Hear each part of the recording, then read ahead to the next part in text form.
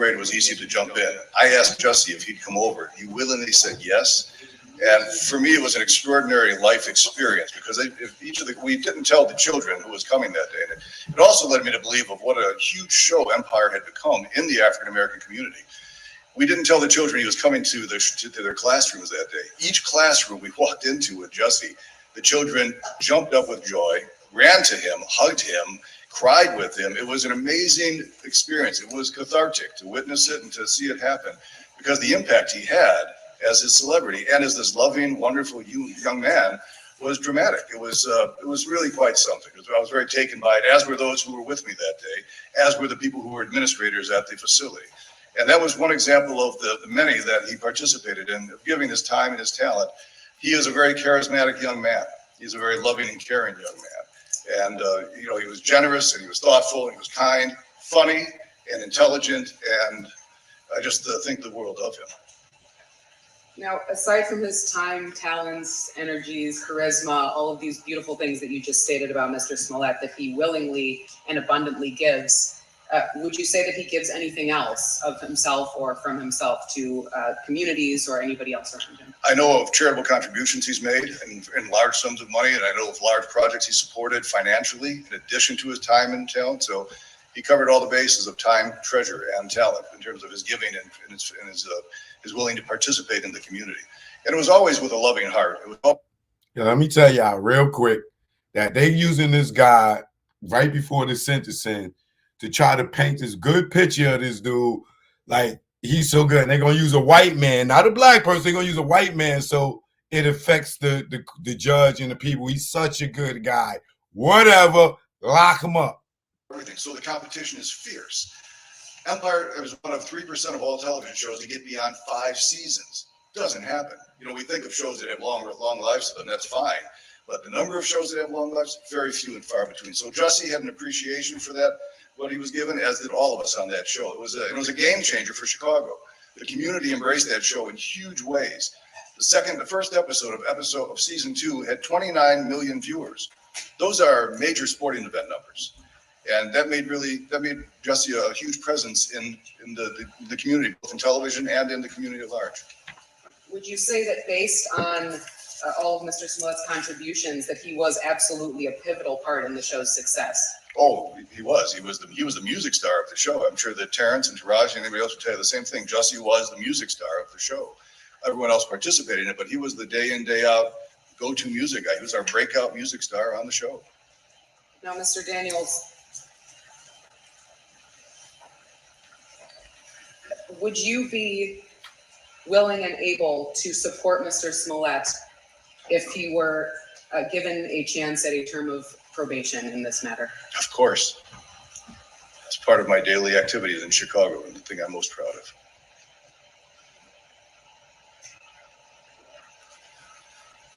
You don't believe that there would be any issues that Mr. Smollett would ever exhibit on a period of probation? None that I would have ever seen or ever thought of.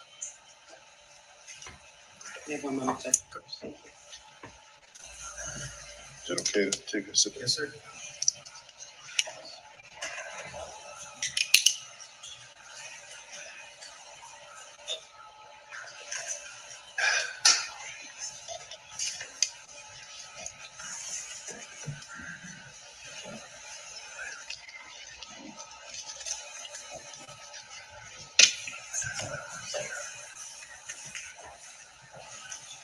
Just going back briefly, Mr. Daniels, of all of the incredible services you said Mr. Smollett gave himself to willingly, those were not required of Mr. Smollett in any way, were they? They were not. Neither by the show or any agency that you're aware of? No, absolutely not.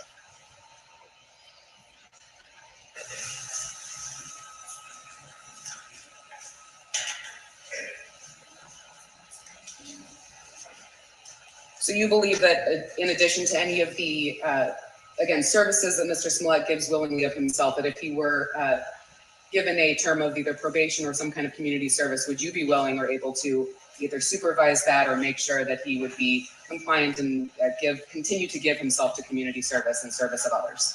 Absolutely. Happy to. Thank you, Mr. Daniels. Thank you. Any cross-examination? No, Your Honor. Mr. Daniels, thank you. Thank you, Your Honor. May I call your next witness? Yes, Ms. Gilman. Please step up.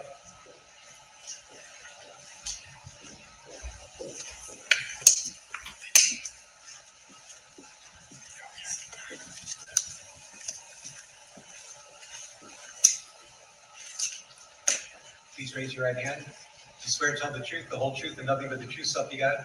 Thank you. Please be seated. Try to keep your voice up. You're welcome to take your mask off if you like. If you want to keep it on, it's entirely up to you. Both masks. Okay. Mr. Allen, you may depart. Thank you. May I please state your name Sharon Gilman, and spell your first and last name for me? SharonGelman. I know my mother will kill me for this question, but I'm not gonna have to ask how old are you? 62. And what do you do for work? Well, now I'm a writer, editor, and a nonprofit consultant, but for many years I ran a nonprofit called Artists for a New South Africa. Okay. Without telling me your address or anything, what state do you live in? I now reside in Maryland in the Washington, D.C. area. And did you fly in for this specific purpose? I did. And why specifically did you fly in for this purpose? Jussie is like family to me. I've known him for well over half of his life and a good chunk of my own. And I came because I was hoping that I could help people see the Jussie that I know.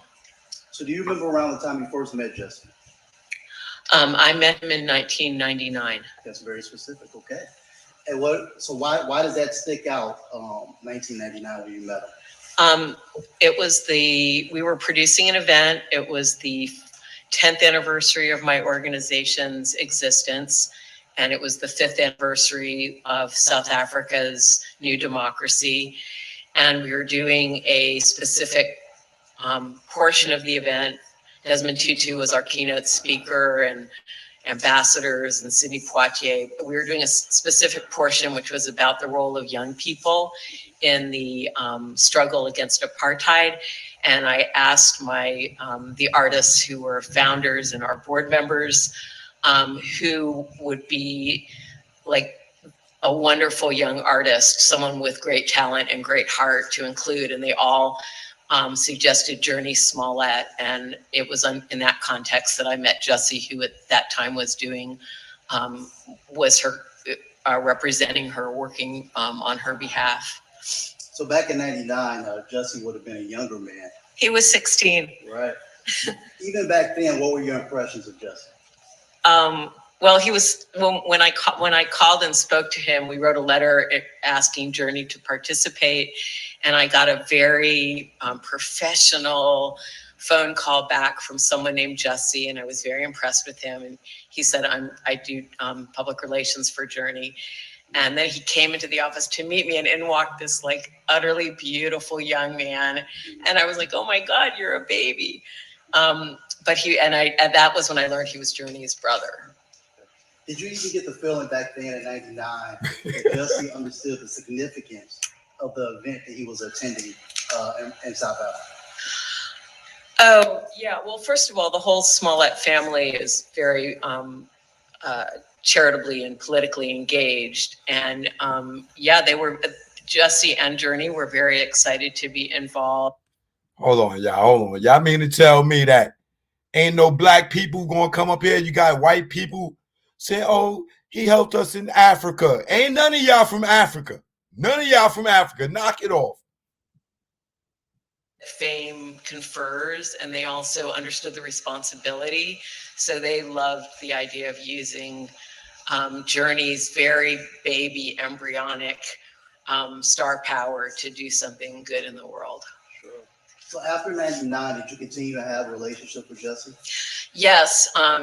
Journey and Jussie and Jake and Jazz and Janet, the whole J family, would often come in and volunteer. They would stuff envelopes. I mean, they were like a all-service vehicle that, it's like, do you need us on stage? Do you need us sweeping the floor? They would just do all kinds of things. And then, gosh, I think it was around 2006. It might have been late 2000. They sound like slaves to me. Y'all had the cute little black kids working, and they work so hard for the white lady. Yeah, I know. In the office. Well, he started off as administrative assistant, and forgive me, I hope, by saying that Jussie has many talents. Paperwork is not really one of them. But he was so good with the staff and with our volunteers and with our interns. I mean, we were a tiny organization and we did big things, and we depended on the largesse, not only of our celebrity members, but also of students and grassroots community folks who came in. And Jussie just was really stellar at making everyone involved, from the highest and mightiest and most world renowned to, the kids we were working with in the inner city, making them feel special and welcome. And we worked really hard, and he was one of those people who had the rare gift of making hard work fun. So he really played a very, very pivotal role, and I promoted him pretty quickly. He became the coordinator and manager of our charity auctions, and then we produced an audiobook in honor of we announced it on Mr. Mandela's 90th birthday, and we released it on its 91st birthday with a major publisher and 26 celebrities from all over the world, renowned people of all backgrounds. And Jussie, was very involved in coordinating that. And as I said, he was willing to do anything. He was willing to, go pick people up. He was a good photographer, so he would document the sessions.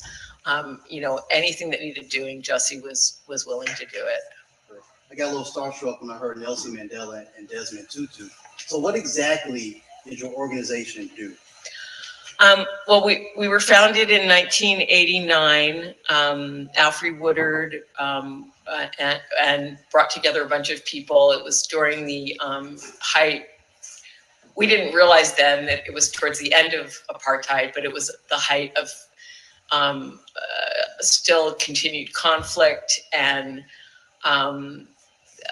she had been with the Congressional Black Caucus, and they were talking about people needed to go back and work in their communities. So Alfre came back and organized her community, and I got involved. I think I showed up at the third meeting. I heard about it and I never left.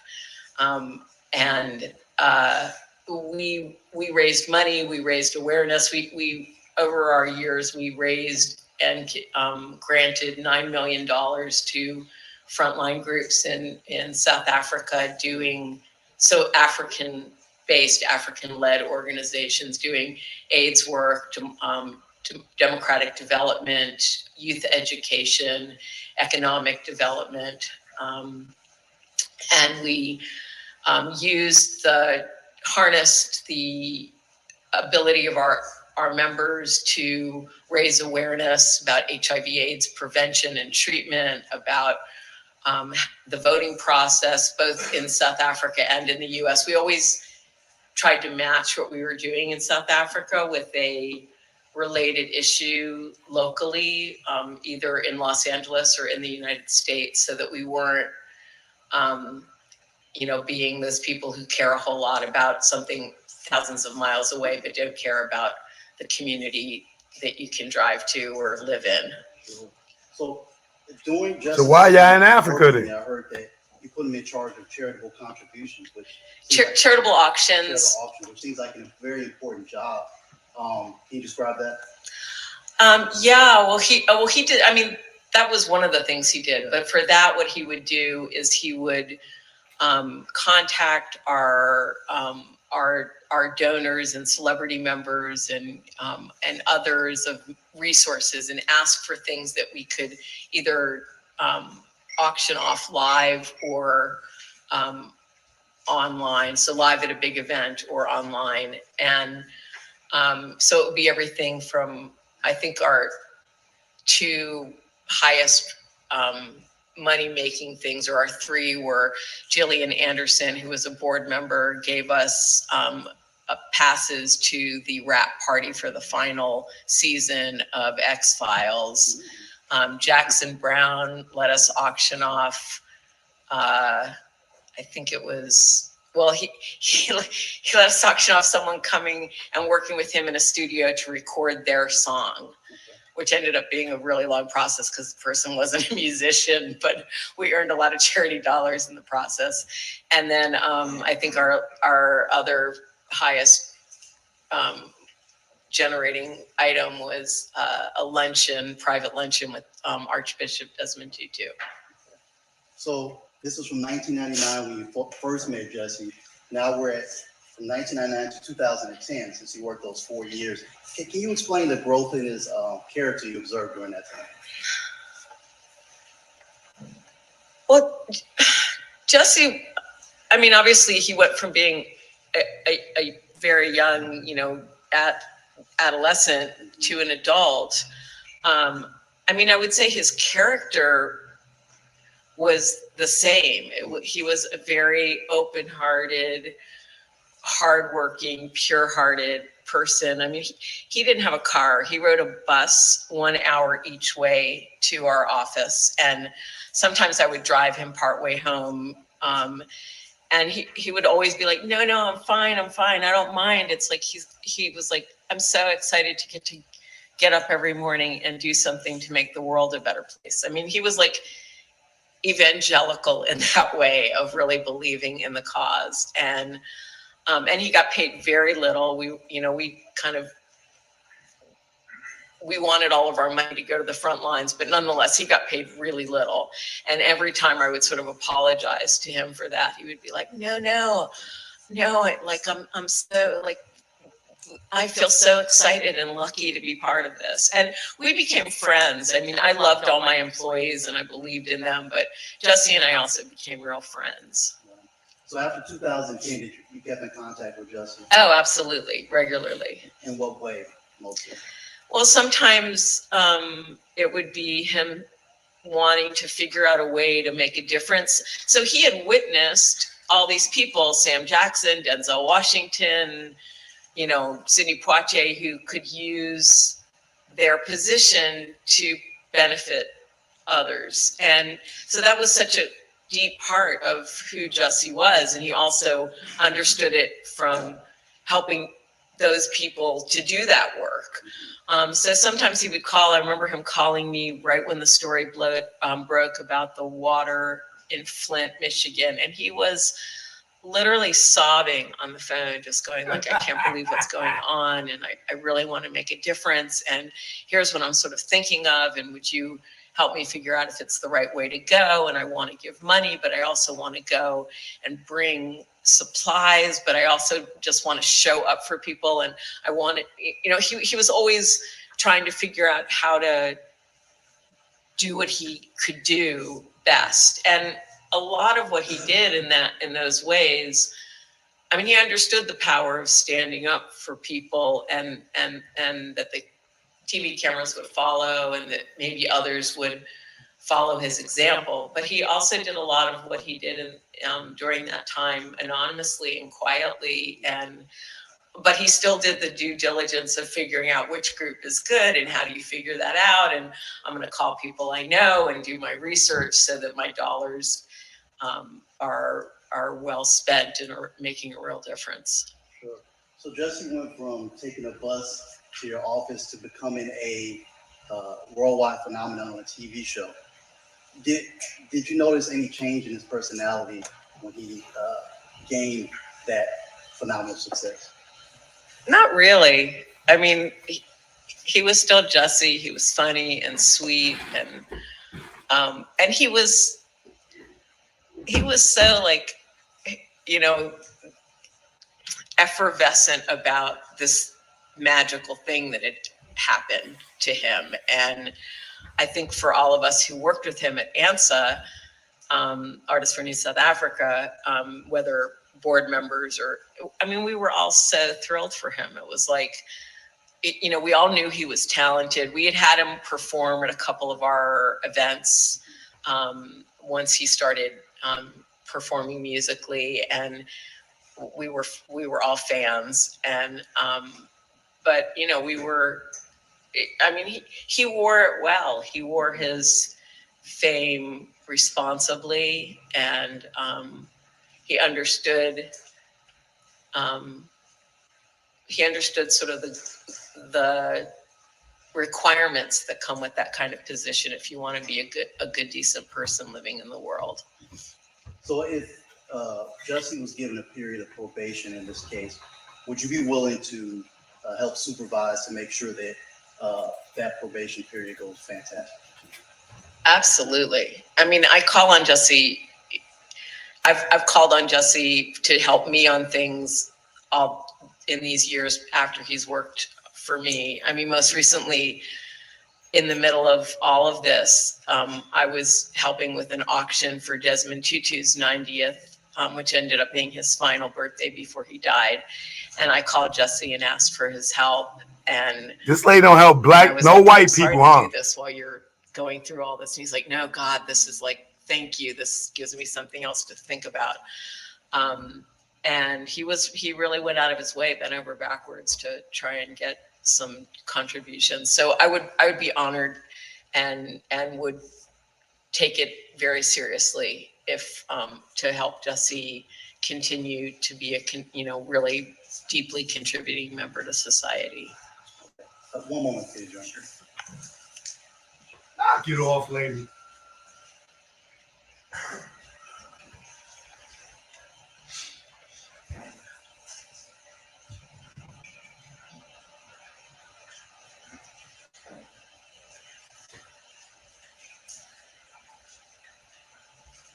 No further questions, Your Honor. Any cross-examination? No cross-examination, Your Honor. Ms. Gilman, thank you kindly. Thank you. Other witnesses you care to call? Yes, Judge. Judge, we'll be calling Joe Smollett, Mr. Smollett's older brother. He's going to give a statement in court, and then afterwards, Mr. Smollett's grandmother. Sure. Also give a statement. You come up on the witness stand, please.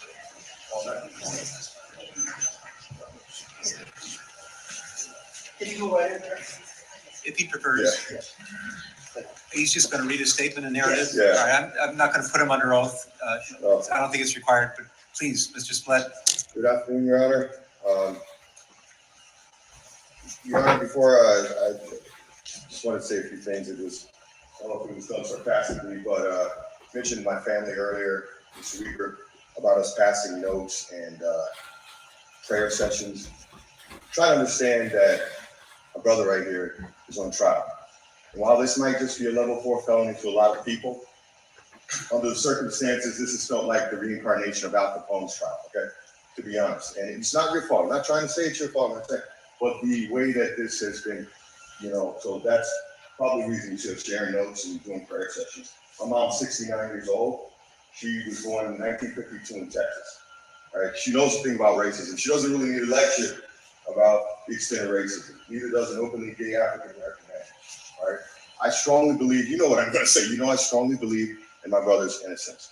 But I'm not going to rehash or try to relitigate the issues in the case today. Your Honor, I come before you humbly to request leniency when you sentence my brother. Please remember that we are currently living in a time in which we are enduring a vicious pandemic, extreme economic uncertainty, a major conflict in Eastern Europe, and global paradigm shifts taking place everywhere. As human beings, we are collectively worn down. But Jussie Smollett is not at the source of the social, economic, and political problems on earth. On quite the contrary, he is a man who has been a beacon of hope, charity, and philanthropy to his nation and to his community. He has made real efforts in his lifetime to promote equality and love among all of humanity. He has expressed strong political views and has stood against injustice wherever he thinks it may lie. It's MAGA country. Of powerful individuals, organizations, and practices does not make him a bad person, okay, or someone who should be punished. It simply makes him an American. I'm sure that Mr. Dan Webb was once on former President Ronald Reagan's radar for his criticism during the Iran-Contra prosecutions, right? But standing up to powers and authorities in America is part of what makes us American.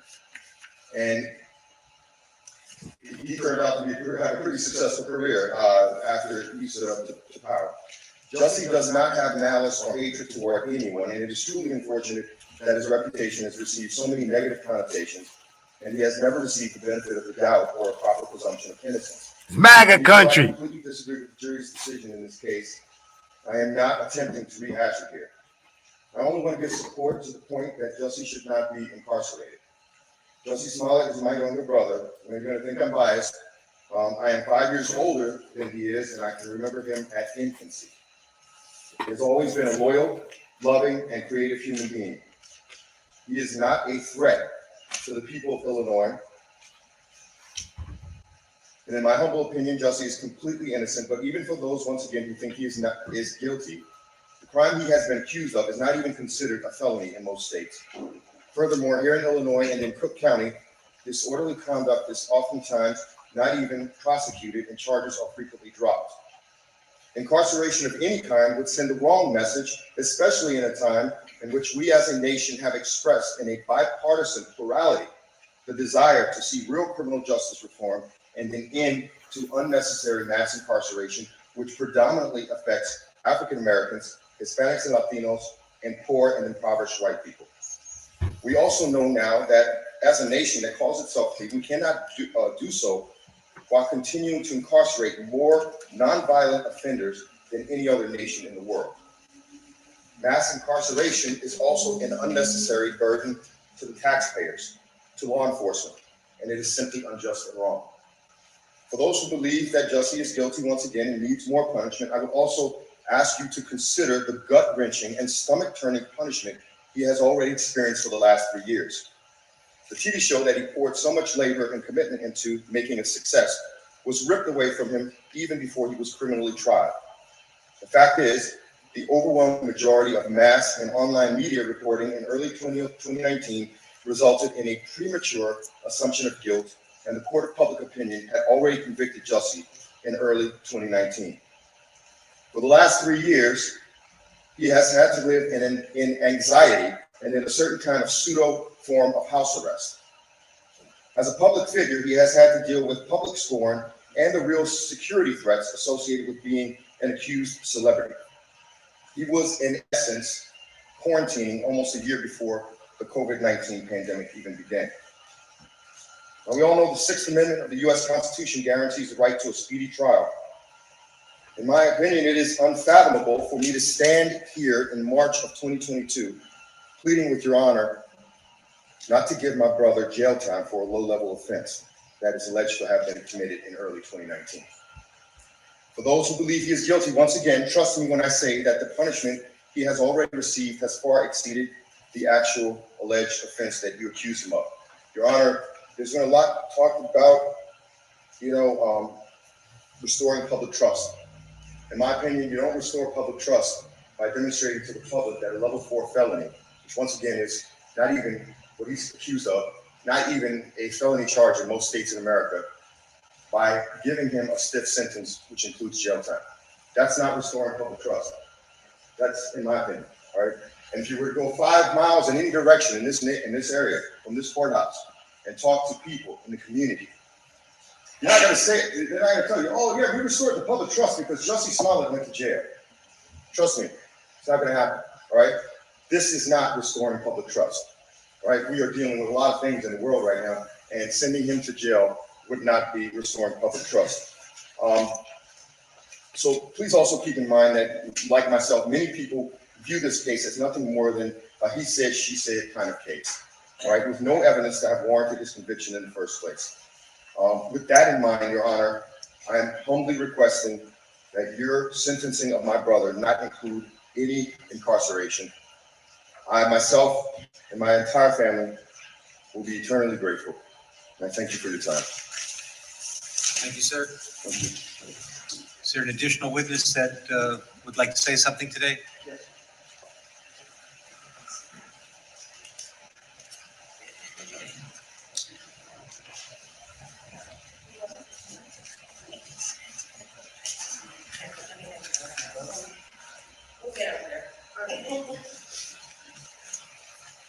Mr. Allen, how about a chair? Would that be helpful? I'm gonna, I need a mic. she's the boss, Judge. You gotta tell me where to I go. want to be heard. Okay. Fair enough.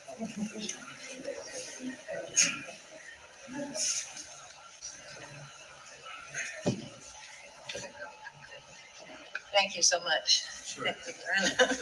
Okay. Good to be here, okay? All right. I thank you for this opportunity to allow me to make this statement. My name is Molly Smollett. I am 92 years old. I have lived in New Mexico for over 25 years, but I am originally from New York, where I was a film editor. I am the proud grandmother of Jussie and his siblings. I felt compelled to come and tell you that the Jussie I know and love does not match up with the media's betrayal of him. And I'm talking to you guys, you haven't done a good job on investigative reporting. I've worked on documentaries, I know what it is. I've gone through the McCarthy period. I marched with Martin Luther King and March on Washington, and I'm here now. And so you got to do better. I challenge you to do more investigative reporting. Jussie himself, as you have heard from the testimonials, is a very gentle, kind, and generous young man, and his empathy is infinite, which translates in giving of himself. Jussie has always been active in the pressing issues facing our communities, such as HIV, AIDS, voting rights, and other urgent social problems in America. One Christmas, he went to Flint, Michigan to entertain children who were living with lead poisoning from their drinking water. What the media may not know is that Jussie is what I call a justice warrior. He has been active against injustice all his life, as his mother has, who is an incredible rock for her children. And as my son, their father, who sadly passed away from cancer 7 years ago, only in his 50s. And I know in my heart that my son, Jussie's father, would have wanted me to come here to tell you who the real Jussie is. I also have fought against injustice forever, and I feel it's in our DNA. I attribute this to being Jewish and the persecution of my ancestors. The Hebrew words tikkun olam means to repair the world, and that's what I do, and that's what Jussie does. I will end by saying that Jussie is loved and respected by all who know him. And I ask you, the judge, not to send him to prison. If you do, send me along with him, okay? And I thank you for letting me talk. Thank you so much. Thank you all. It's nice to be in Chicago. Thank you kindly. Thank you. Shay, you can help her get back Thanks. with the family. Yeah, thank you so much. They have suffered so much. See. Okay. Thank you. Okay. Okay. Wonderful. Thank you.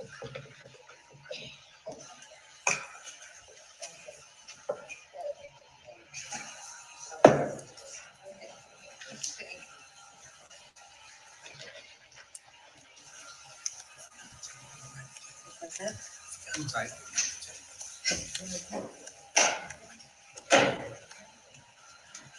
Mr. Uche, any other live witnesses you care to present today? Judge, none at this time. I believe, I'm just checking Mr. Allen. Okay, no, Judge, just a statement to be. Okay.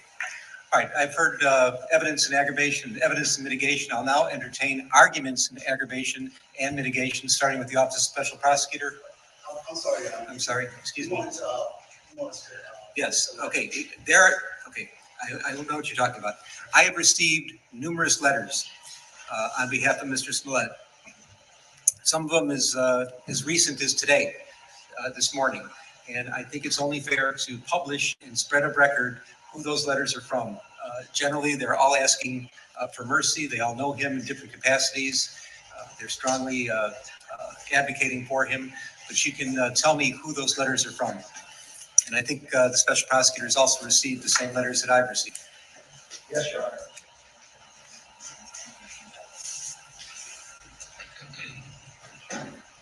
And if you want to paraphrase a little bit from the letters, Mr. Allen, you're welcome to. Sure. Your Honor, the first letter here is from the organization Black Lives Matter. Dear Judge Lynn, Black Lives Matter stands in strong support of an alternative to incarceration sentence for Jussie Smollett. We applaud your long-held practice of imposing alternative to incarceration sentences for virtually all Class 4 felonies, such as Mr. Smollett's, and encourage you to continue this practice in this case. We know that second chance probation, regular probation, and deferred prosecution are all options.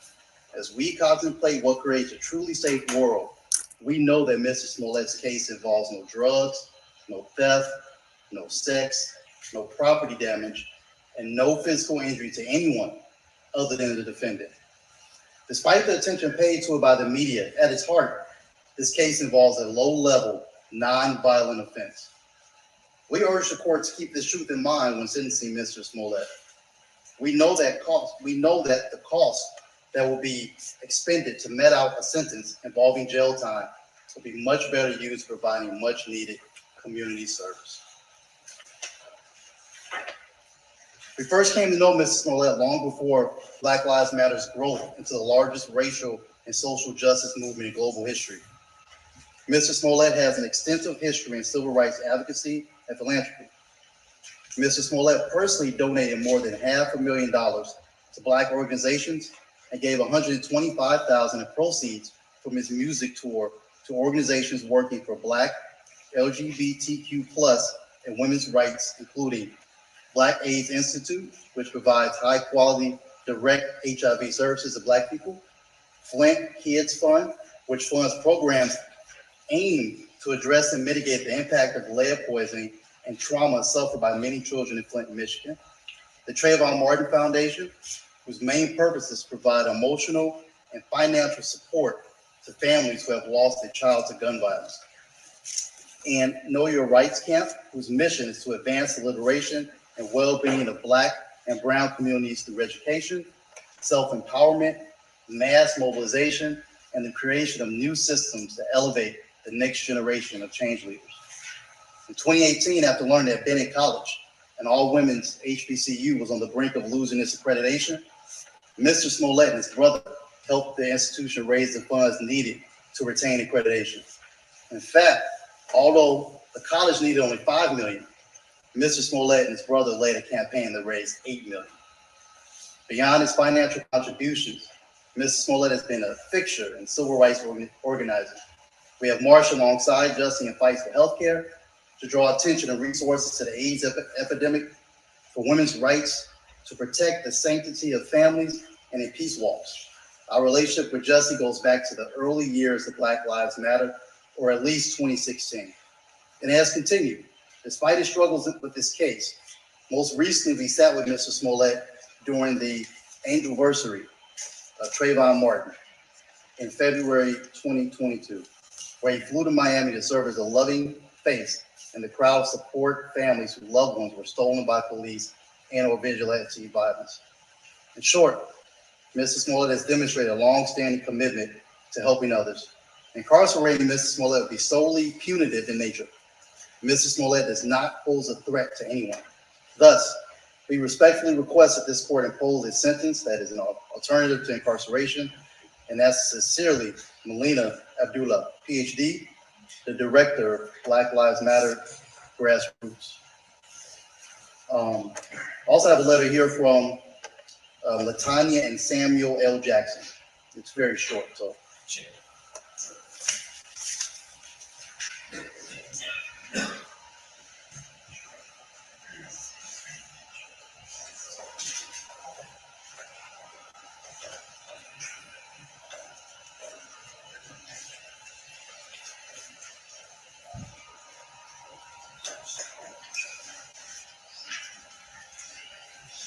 I write to you today to ask for mercy as you sentence Jussie Smollett. I understand the difficult nature of your job as you seek to make decisions which take into account the crime and the punishment. It is in respect of knowing this that I humbly implore you to please find an alternative to incarceration for Jussie Smollett. It is my understanding that Jussie was convicted of a Class 4 disorderly conduct, which, in my understanding, people convicted of this offense historically are sentenced to various alternatives to incarceration. My husband, actor Samuel Jackson, and I have known Jussie since he was a baby living down the street from us in New York City. We watched him grow from a child who was always kind, full of laughter and joy, into a responsible teenager whom becoming aware of the inequities suffered by some people in life, became an energetic volunteer helping anyone who was working to alleviate those inequities. Additionally, as a young man, we have worked side by side with Jussie and organizations committed to stopping the HIV/AIDS epidemic in America, as well as dispensing aid to Africa and Israel. Jussie has used his celebrity to impact community outreach work, such as providing water during the Flint, Michigan crisis. We have often broken bread with this young man as we have discussed the right and wrong ways to live. Jussie comes from a family whom we are proud to know intimately, and who we stand ready to provide the support and monitoring assistance that can provide for him in an alternative to probation scenario. Jussie has no prior criminal record and has never been violent. It is incredulous to Sam and to me that this entire criminal situation even exists. Jussie has already suffered a great deal of punishment, as this situation has destroyed his existing career and impugned his reputation. Please, Judge Land, in God's name, please save this young man and allow him to be of service. Jussie Smollett is worth the risk and the investment. Respectfully, Latanya Jackson and Samuel L. Jackson. And we have Tory. Mr. Lewis. Hey, Judge. Judge, if you'll indulge me for a moment, I'd like to read a letter from the Rainbow Push Coalition that was submitted in support of our client. Dear Judge Lynn, I write as someone who's known Jussie Smollett for over 20 years. I know him to have a strong family background. He is a loving and caring person, and I am familiar with his commitment to community service. It is important to him to use his gifts to support the needs of others. Jussie was raised in a strong and very close-knit family. I urge you to consider several moral issues as you weigh sentencing options. Jussie has no prior felony convictions. He has a history of community service and charitable giving of his time, talent, and treasure. He has sustained a significant loss of income prior to being convicted of any crime. Based on the very public nature of the charges and the trial, Jussie has lost countless career opportunities. I have served as a citizen devoted to having a positive impact on the lives of young men and women in the city of Chicago since 1968. In pursuit of that mission, I have visited the Cook County Jail and several Illinois prisons every year since Operation Breadbasket launched. I have seen firsthand the disastrous impact jail has on far too many young people of color, especially young African-American men, who often see a complete loss of hope in their situations. Since this case involves the alleged actions of a very visible public figure, it presents a unique opportunity to send a message to millions of young Black and brown men that the system cares for them. This highly publicized Class 4 felony case can be utilized as a positive teaching moment about how the criminal justice system can work to benefit all in our society. I appeal to you in the spirit of righteousness to consider the impact America's criminal justice system has on young Black males who struggle every day to survive the streets of urban America. We have an obligation as a society to favor restorative justice rather than retributive justice. Jussie Smollett was convicted of a Class 4 felony, the least severe category of felony in Illinois. A well-established practice in Cook County is to sentence Class 4 disorderly conduct cases to incarceration alternatives. Such alternatives might include second chance probation, regular probation, or deferred prosecution. Additionally, an important consideration in sentencing is the potential for recidivism. Jussie Smollett's lack of felony criminal record, as well as many positive contributions to society, demonstrates that he poses no risk for recidivism. Jussie has a long track record of being deeply engaged and contributing citizen who is committed to helping the most vulnerable in our society, whether persons living with HIV/AIDS and children orphaned by the disease, or children whose health was damaged by the contaminated water in Flint, Michigan. Jussie's commitment to serving the community began as a child. As he found professional success, he continued to donate time and money to charitable causes. Another factor that we urge your honor to consider is that the crime did not involve violence to others. None of the actions charged indicate that Jussie ever posed a threat to public safety. Further, Jussie has already suffered. He has been vilified in the court of public opinion. His professional reputation has been severely damaged. He has suffered lost career opportunities, a loss of income, and there are a number of people who rely on Jussie for financial assistance. Finally, I am deeply concerned about the physical safety and well-being of a well-known, non-violent Black gay man with a Jewish heritage who may be incarcerated within the U.S. prison system. For all the foregoing reasons, I believe the only fair and just outcome is to sentence Jussie Smollett to a non-incarceration alternative. We respectfully urge you to do so. Rainbow Push Coalition welcomes the opportunity to serve as a place for Jussie to resume his desire to serve the community. During the first year of COVID, we served more than 4,000 meals each day. We have a program that is designed to meet some of the issues homeless individuals face each and every day in the city while trying to survive. We believe that those who are impacted by the criminal justice system deserve an opportunity to be restored to a meaningful life, and lives throughout community engagement and public service. We have worked diligently to transform the lives of young people in our Push Excel programs. I believe that Jussie has much to give to America, and this case is a stumbling block that should not become a setback to his future. We do not want Jussie to become another prison statistic, as he has way too much to offer. I stand ready, along with the board of directors and the several thousand members of the Rainbow Push Coalition, to support Jussie Smollett in his journey to wholeness. We want to assist this court in meting out justice for Jussie Smollett. Signed, the Reverend Jesse L. Jackson Sr.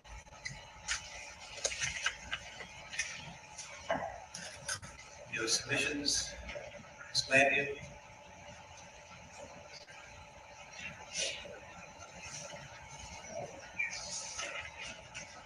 Your Honor, I have a letter from Lauren Caseford on behalf of the Illinois Innocence Project. To the Honorable Judge Lynn, I submit this letter in my personal capacity as co-director of the Illinois Innocence Project. This letter is provided in support of a non-custodial sentence for Jussie Smollett, and also to inform the court that if there is a community service component to Mr. Smollett's sentence, he would be welcome to do so under my direct supervision at the Illinois Innocence Project. At the outset, I want to be clear that the jury found Mr. Smollett guilty, and I respect the jury's verdict. I write to you today regarding his sentence and urge the court to issue a just and fair sentence to Mr. Smollett. In high-profile cases, there is often a tone surrounding a case that seems to call for the harshest possible punishment because of the attention the case has garnered. I would urge your honor to silence out those loud voices and see Mr. Smollett for who he is, as a person before you, a human being. The old adage applies here: justice is the law tempered by mercy. Here, while the law may permit you to sentence Mr. Smollett to prison, incarcerating him would not be just. The relentless media coverage of this case is a unique punishment in and of itself for Mr. Smollett. He will carry the stain of this case for the rest of his life and spend the rest of his life and career working to rebuild and establish his credibility, his reputation, and good name. That lifetime sentence is something this court should consider as a unique punishment already dealt to Mr. Smollett in the court of public opinion. In fact, cases with media attention provide an opportunity for the court to show the public that justice, fairness, and mercy applies to everyone, no matter who they are. If the system doesn't treat a high-profile defendant justly, then what can be expected for the rest of us? If Mr. Smollett, who has no prior felony convictions and no violent background, is sent to prison on a Class 4 conviction, then what does that mean for an unknown defendant who has no one watching or advocating for him? This, of course, intersects with the disparate manner in which people of color are sentenced, with Black men receiving the most disproportionately high sentences. During a time in which leaders around our state have put a focus on lessening the incarceration rates in Illinois prisons for justice-related reasons as well as due to COVID-19, there is no justifiable purpose to send Mr. Smollett to prison on a Class 4 conviction.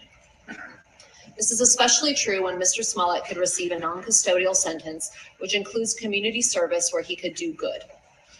Mr. Smollett has a long history of philanthropy which predates this case. As the well-known attorney and founder of the Equal Justice Initiative, Brian Stevenson, has said, each of us is more than the worst thing we've ever done. Mr. Smollett is no exception. Not only is Mr. Smollett more than the case before you, he has the opportunity to give back to the world in a positive way.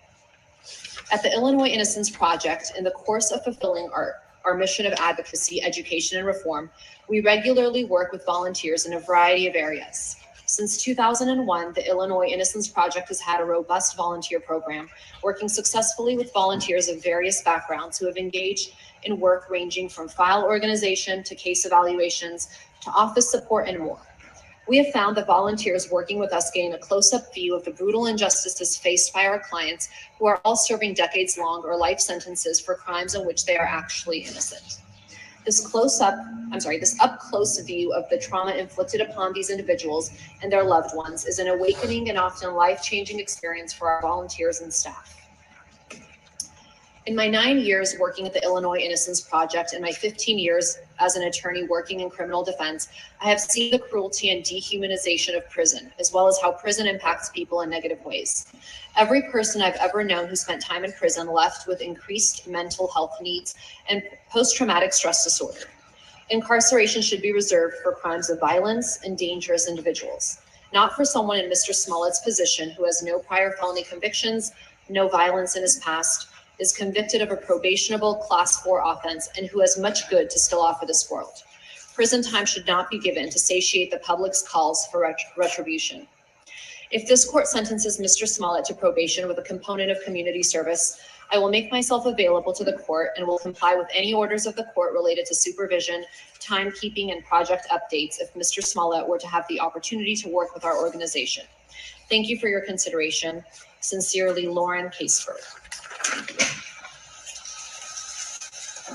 Ms. Walker. Okay, Ms. Walker. Thank you. These are the last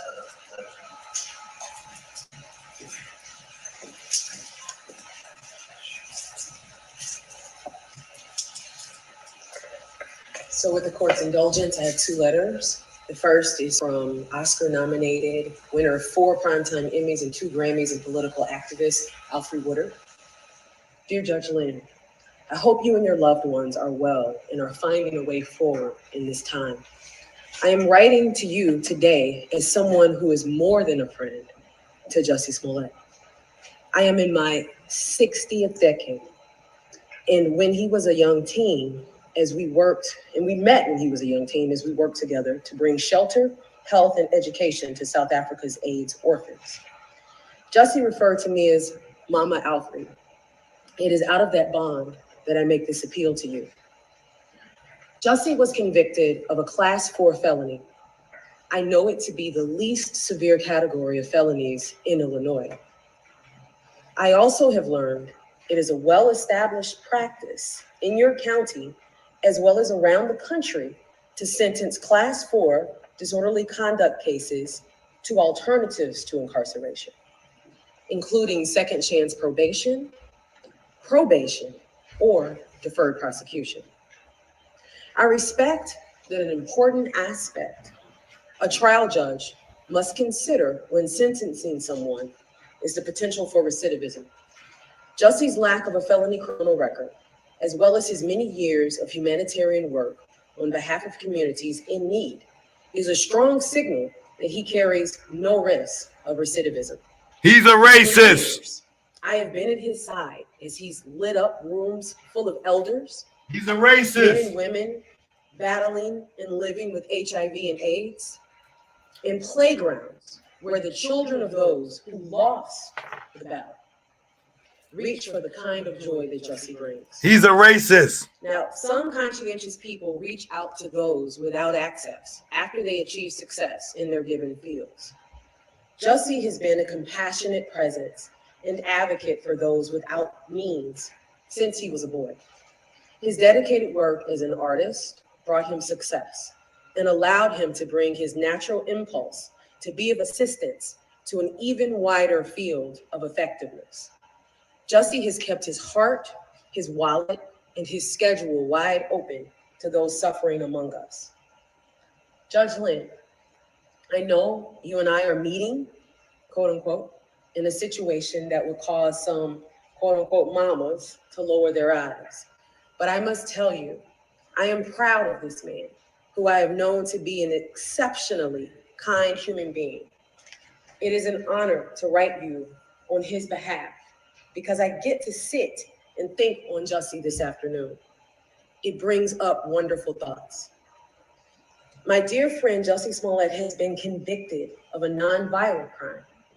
He never has been, and certainly is not now, a public safety risk. He has carried himself with dignity and self-control throughout this process of the last few years.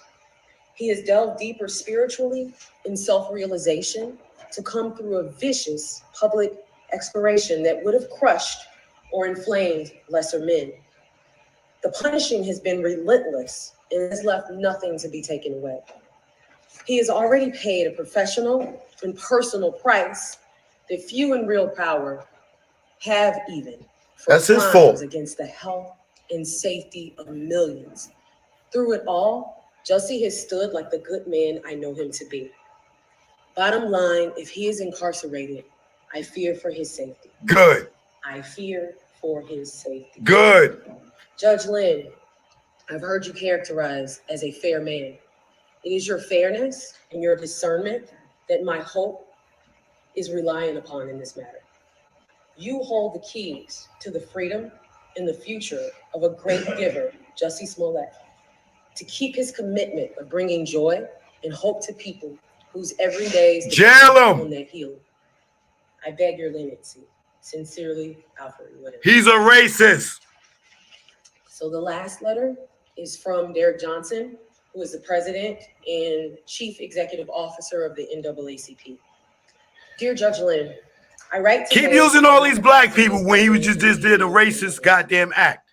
Formed in 1909, the NAACP is the oldest and largest civil rights organization in the United States. It's MAGA In this country. nation, Black people are incarcerated at more than 5 times the rate of whites and frequently receive disparate sentencing.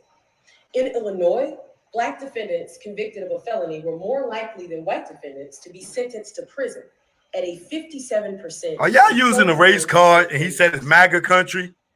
A mainstay of our organization continues to be advocacy for fair treatment of persons of color by the criminal justice system. This brings us to the subject of the upcoming sentencing of Jussie Smollett. It would be an understatement to say that an inordinate amount of attention has been given to Mr. Smollett's case. This case involves no drugs, no theft, no sex, no property damage, and no physical injury to anyone other than the defendant. Despite the attention paid to it by the media, at its heart, this case involves a low-level, non-violent offense.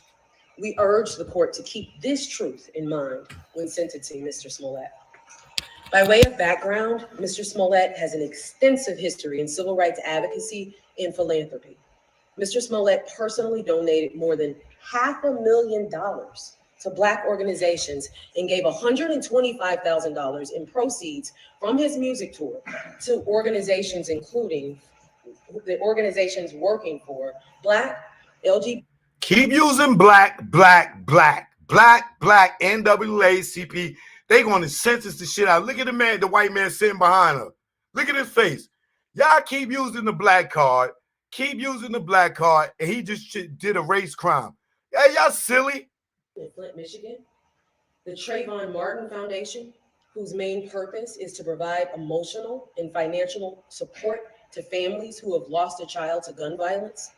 The Know Your Rights Camp, whose mission is to advance the liberation and well-being of Black and Brown communities through education, self-empowerment, mass mobilization, and the creation of new systems that elevate the next generation of change leaders. In 2018, Mr. Smollett surprised a 6-year-old double amputee with a wheelchair-accessible van after learning that the child's school district did not own such a vehicle. Mr. Smollett has been a recognized supporter of the Human Rights Campaign, a civil rights organization that strives to end discrimination against LGBTQ+ people and realize a world that achieves fundamental fairness and equality for all. Lest there be an argument that such donations and activities were made as a part of any PR damage control, such acts all preceded the 2019 events that resulted in charges being brought against Mr. Smollett. In 2018, after learning that Bennett College, an all-women's HBCU, which stands for Historically Black College and University, was on the brink of losing its accreditation, Mr. Smollett and his brother helped the institute raise the funds needed to retain accreditation. In fact, the college needed only $5 million. Mr. Smollett and his brother led a campaign that was so successful it raised $8 million. Mr. Smollett's civil rights work began when he was a child who served as an NAACP youth volunteer. In 2016, Mr. Smollett won the Chairman's Award at the NAACP Image Awards. The Chairman's Award is given in recognition of individuals who have committed themselves to acts of public service while using their platforms to create effective change.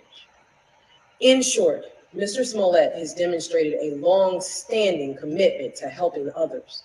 We believe that incarcerating Mr. Smollett would be solely punitive and would serve no purpose. As this court may know, in 2015, Illinois Governor Bruce Rauner created a criminal justice task force to identify areas of the criminal justice system that could be reformed that will result in a 25% reduction in the prison population by 2025. One such proposal for reform was reducing the incarceration rate of persons convicted of Class 4 nonviolent felonies. This is precisely the type of offense of which Mr. Smollett was convicted. Finally, Mr. Smollett does not pose, nor has he ever posed, a threat to anyone. Thus, we respectfully ask, assuming this court is inclined to sentence Mr. Smollett to anything other than a monetary fine or a suspended sentence, that the court sentence Mr. Smollett to probation and mandatory community service. Respectfully submitted, Derek Johnson, President and CEO of NAACP. Thank you. Thank you, Judge, for your time. We wish to publish a further letter and we incorporate other letters into the record. It will be incorporated, no further letters. I'm ready to keep going. The lawyers need a break. Are you ready to go? Maybe we have a short break. Yes, sure you can. Yes. Very short. 5 minutes. 5-minute recess.